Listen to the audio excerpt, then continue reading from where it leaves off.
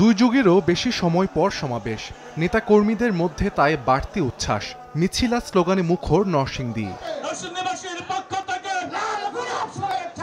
শুক্রবার বিকেলে সাটিরপাড়া কালীকুমার উচ্চ বিদ্যালয় মাঠে আয়োজন করা হয় জামায়াতে ইসলামীর জনসভা। স্থানীয় নেতাদের পাশাপাশি বক্তব্য রাখেন কেন্দ্রীয় নেতারা। বিদেশে পলাতক ফ্যাসিস্ট শেখ হাসিনা ও তার দোসরদের ফিরিয়ে এনে দ্রুত বিচার কার্যকরের দাবি জানান তারা।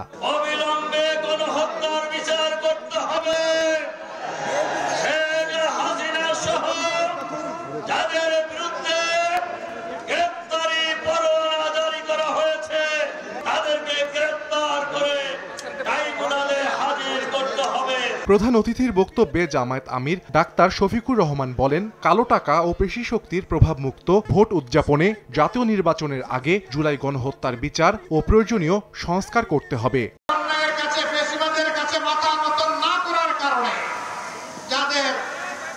নিবন্ধন কেড়ে নেওয়া হলো, তাদের নিবন্ধনটা পরিবর্তনের সাথে সাথেই তাদের হাতে ফেরত দেওয়া উচিত ছিল।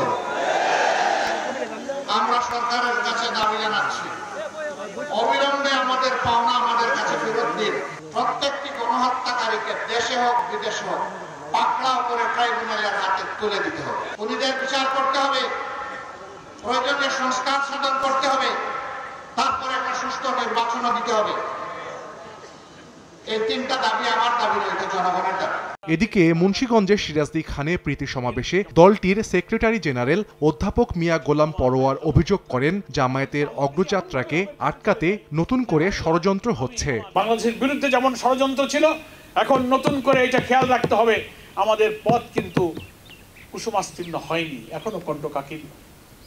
এখনো ইসলামী ছাত্র শিবির এবং জামায়াত ইসলামের বিরুদ্ধে এই নতুন বাংলাদেশের স্বপ্ন আমরা যারা দেখছি, আমাদের বিরুদ্ধে কিন্তু নতুন করে ষড়যন্ত্র শুরু হয়েছে। 24-এর বিপ্লব ও ছাত্র জনতার আত্মত্যাগ সমুন্নত রাখতে জামায়াতে ইসলামী আপোষহীন থাকবে বলেও ঘোষণা দেন জামায়াতের সেক্রেটারি জেনারেল। ষড়যন্ত্রের নানা উইং তারা খুলছে। সাহাল আব্দুল্লাহ আলভি, সময় সংবাদ। জাতীয় সংসদ নির্বাচন